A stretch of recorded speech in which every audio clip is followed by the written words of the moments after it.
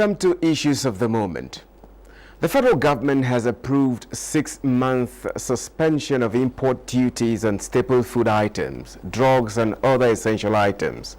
The move is part of the government's policy to curb food inflation, which has climbed to more than 40% year-on-year, and spur growth, which has been fragile for almost a decade, as a measure to curb inflation. The government also expressed its decision to collaborate with states to expand land cultivation across the country. The federal government also approved the distribution of 60 trucks of fertilizer to each of the states.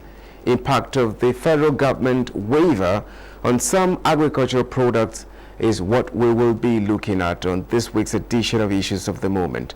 My name is Justin Bemunyi, and I welcome you to the program. You will meet my guest in a moment.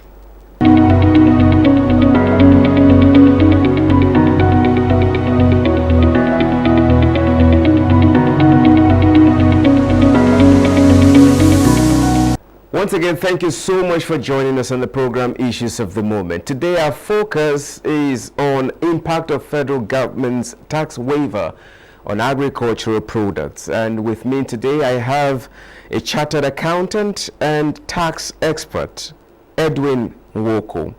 Well, thank you so much for joining us on the program Issues of the Moment today. Thank you. It's my pleasure.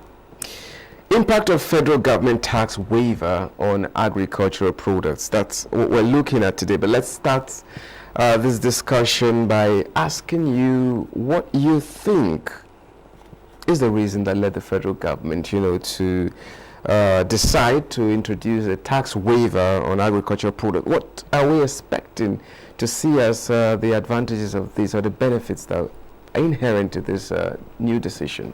I would just say that it is a very good decision and a very good policy. The government has looked inwards and see that there is need to bring about this tax waiver. For one, we know that agriculture is the mainstay of our economy. It contributes, as of 2022, we have the report that it contributes 23.69% to our GDP. That is inflow to our national treasury. And then with agriculture, we have also seen massive employment of our teeming youth. So that is significant. Agriculture is one thing that gives us food to eat. With increase in agriculture, we know that there will be food sufficiency, and that is why the government actually thought about a tax waiver. So what do we expect? With this policy, we are going to be seeing improvement in food supply, the food supply chain. We are going to be seeing more employment of our teeming youth.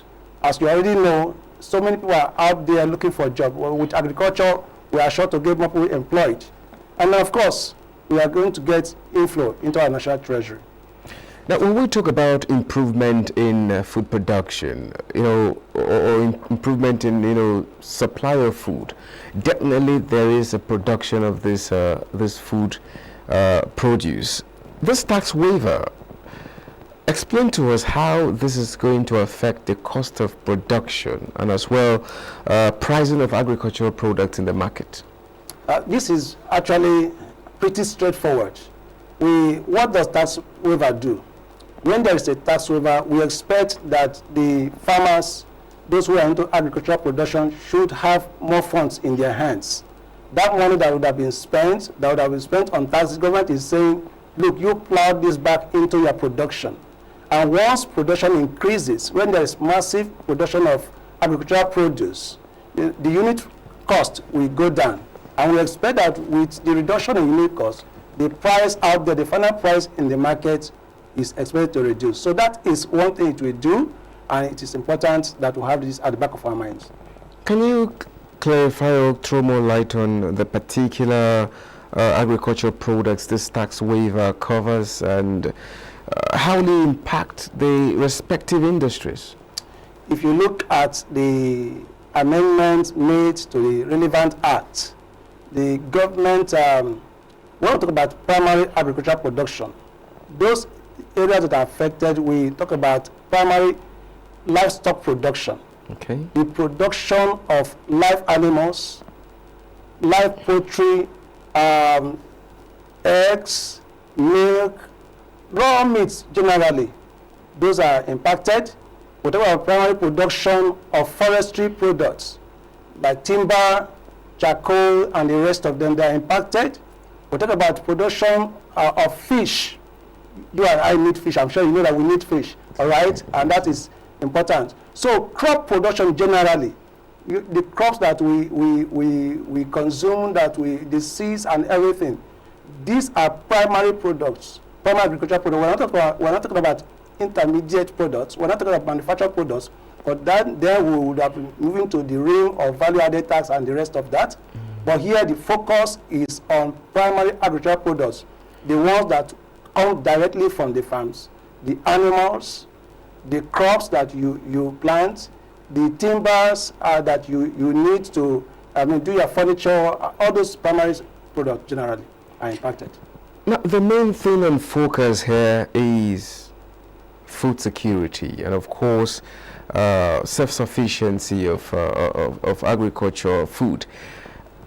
To an extent, or to let's talk about the short term and, of course, the mid-term or the long term. How does this really reflect, or what effect does it have on food security, this tax waiver or self-sufficiency? Now, I did say earlier on that when there is a tax waiver, we expect that the taxpayers, the producers should have more money in their hands. The money that would have been used to pay tax is going to be plowed into production, animal production, crop production, and others. So what this does is that you have more products in the market. We expect to have more farm produce, at least the one that we can consume in the country. Looking at what is happening in Nigeria today, you talk about shortage of, we have food crisis, but with the tax waiver, when people go back to the farms and are able to produce more, they will employ more people, get more to till more ground, increase production capacity. And when there's production capacity, you and I will have more food to eat. People will have food to eat. So that will take care of the food crisis we have in the country, giving us assurance of food in the country. Being a tax expert, do you see any aspect of this tax waiving? Do you see anything we should be worrying about as an outcome? Yes, we're now in this, everyone is now happy about this, but do we have any particular thing we should be worrying about?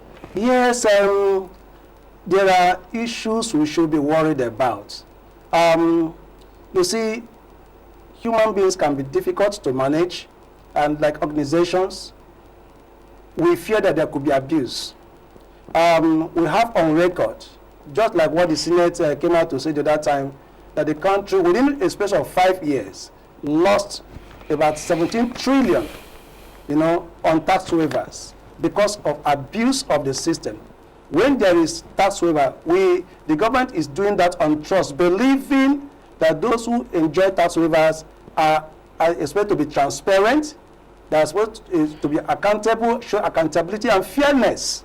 But that oftentimes is not what you see, but people are difficult to manage. So we are worried about abuse, we are worried about economic sabotage, that people may not actually do what they're supposed to do. This system could be abused. When you talk about abuse, explain to us. When we talk about sabotage, say in plain language, what do you mean, so that those out there will understand? What do you actually mean by that?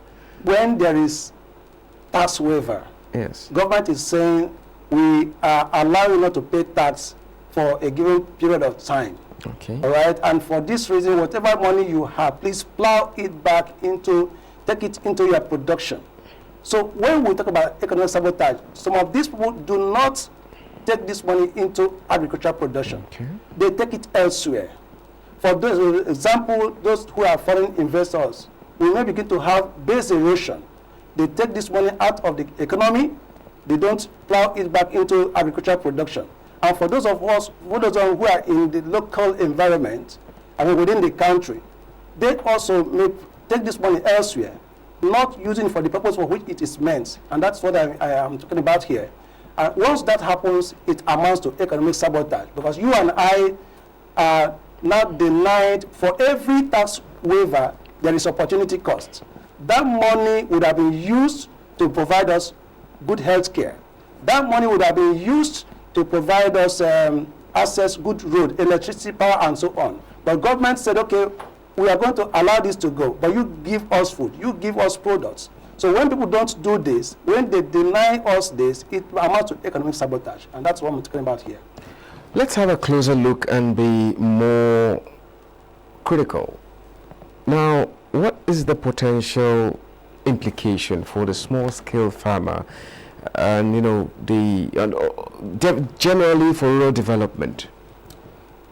The implication is, we look at it from two perspectives. All right. The first one is that when there is a tax waiver, it has positive impact for the small-scale business organizations. They are able to at least engage more hands. They can engage more people to work in their farms, carry out agricultural products, and produce more. That will foster development in the rural area. They can use their money to also provide some little things that the communities need here and there that will improve the lives of people in that community. So that at that level, that is what we can see. But on looking at it from the other angle, there are also businesses that, when given this tax waiver, may not be able to account for it. So it begins to affect drastically what comes out from them. If, for example, you have foreign investors who are in the country, they are able to bring capital from outside the country to show up their activities. The little one that we have here may not be able to compete favorably, even with the tax waiver. And that drives down the result. That they may not be able to compete. Gradually they die. So that is a flip side to this whole thing. But we believe that because you have to balance you do cost-benefit analysis. If you do cost-benefit analysis, at the long run, I think it is beneficial to the small-scale industries. As a follow-up to what you just said, give us an insight on how this whole tax waiving thing, how it impacts import of this agricultural produce or export of our agricultural produce. What is the impact on export and import? When you have a tax waiver, like I said earlier on, the businesses that are into agricultural production are able to produce more. Remember, we did talk about food security. If we're able to produce and supply in words, we get what we want. Whatever the excess is can be exported. And we have our net exports to show up our revenue. All right? So that brings more money into the coffers of the government. That is a positive impact talking about tax waiver, right? But if you have importation, now this is where the issue is. You have importation from outside that begin to compete with the local producers, where the prices of goods from outside the country are cheaper. Those at the local level are going to lose. And that is why you usually find that people are crying over the government decision to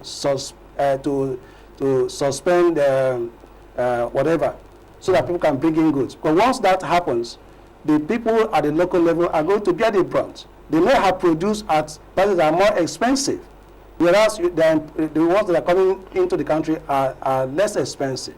So it's because they're not able to sell their produce. When they're not able to sell, that affects them. And at the end of the day, you discover that it becomes a disincentive. What is meant to primarily be an incentive to produce more turns out to be a disincentive.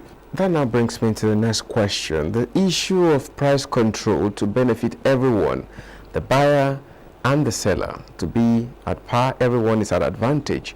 What do you have to say about the system, the mechanism for price control so that it benefits both the buyer and the seller across board? We have long clamored about this. Remember, historically, at the time, Nigeria used the price control board. And what they did was to regulate prices so that everybody can afford to buy. All right? But where it is free for all, the free market economy, some things go out of the reach of the common man. The result is hunger.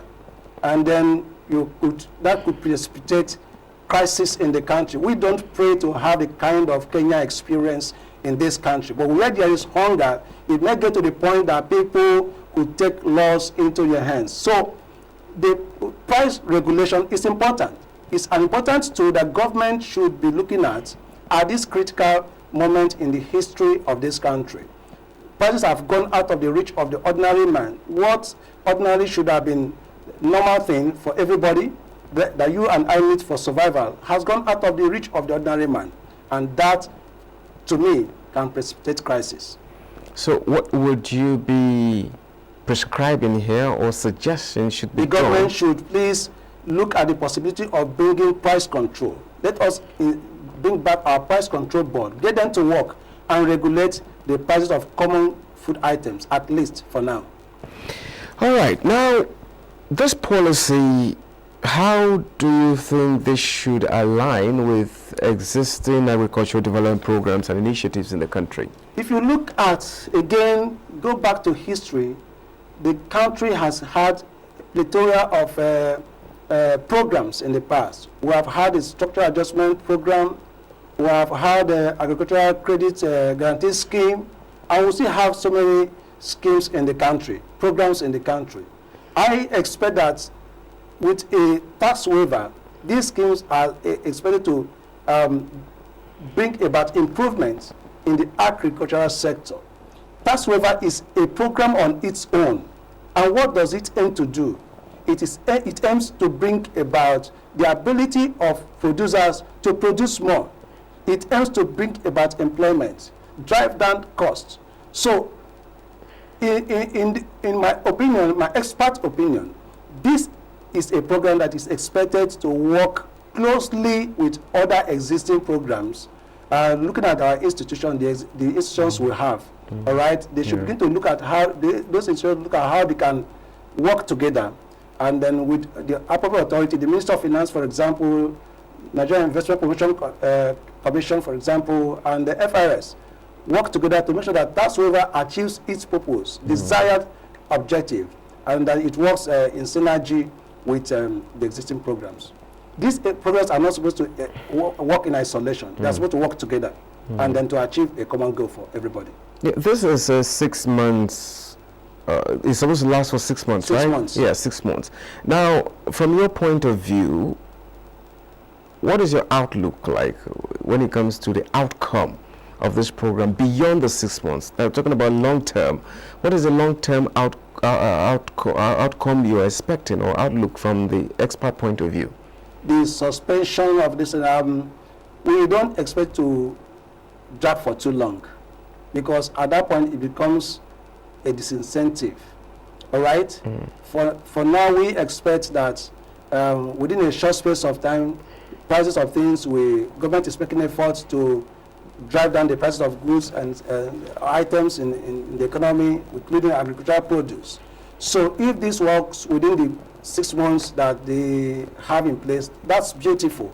All right, but we don't expect that this should drag for so long. Otherwise, it will be a disincentive for those who are in agricultural sector. Because what will now happen is that, dragging this over a long period of time, they will begin to produce what people may not be able to afford. And that can be crisis on its own. In terms of the economy after the 6 months, what do you expect to see? Let's expect stability. I am particularly optimistic that the economy should begin to stabilize. Right now, we have general increase in price of goods. Items have gone up. You go to the market right now, you can't afford a module of rice. It is that bad. The price of tomato we heard is over 150,000 naira. That is crisis, you know.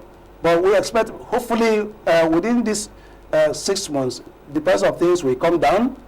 If the institutions of government, like I'm going to be talking about it, the institutions of government are able to go into work, make sure that they do what they are expected to do to drive down the prices. We expect that the economy will pick up, and that will be good for everybody. Now, before I let you go, just talking about the institutions of government and making sure this and that happens, before I let you go, talk briefly about how will this be monitored, the success of this policy be monitored and evaluated, and and how necessary adjustment should be made. Issue of monitoring. This is fundamental to the success of any program. including the tax waiver. Now, I have always said it, and I've said it different places. The problem we have in the country is, I've said it now, weak institutions. If our institutions are able to work, I said it earlier, we have the Ministry of Finance, for example. The Ministry of Finance should be able to come up with a framework that can monitor the activities of companies that are granted tax waivers. We expect that FIS should carry out, right now we see a situation where FIS does 4 years audit, 6 years audit, you know, another. If this can be made an annual thing for all the companies that are given tax waivers, we expect that FIS should go into action, carry out annual audits to even ascertain whether the government is losing revenue, you know, and the extent of loss from such. And whatever the information that is gathered from there can be provided to other agents, sister agencies of government like the EFCC, so that they can move into action and save the country from crisis. I think if we do that, get the Ministry of Finance to carry out monitoring activities, get the FIS to carry out audits annually, and then EFCC to do its work. And of course, we expect the National Assembly, the Senate, to carry out serious oversight functions over the activities of the executive arm of the government, to make sure that the companies that are granted tax waivers merit it and that they are held accountable. There should be transparency in the system, there should be accountability in the system, and there should be fairness. And of course, without much equity, the policy on its own has not achieved meaningful success. That's what I think can be done. Well, Mr. EDWIN NWOKO, I can't thank you enough. I can't appreciate you enough for your time, finding out time out of your tight schedule to come on the program to give us or throw light on this very important issue. Thank you so much for coming. It's my pleasure to be here. Thank you very much. You're welcome. This is Issues of the Moment, and impact of federal government's tax waiver on agricultural products has been our focus today, and my guest has been a chartered accountant and tax expert, Mr. EDWIN NWOKO. This is where the program ends. I thank you so much for being a part of it. My name is Justin Bemunye, and I say bye for now.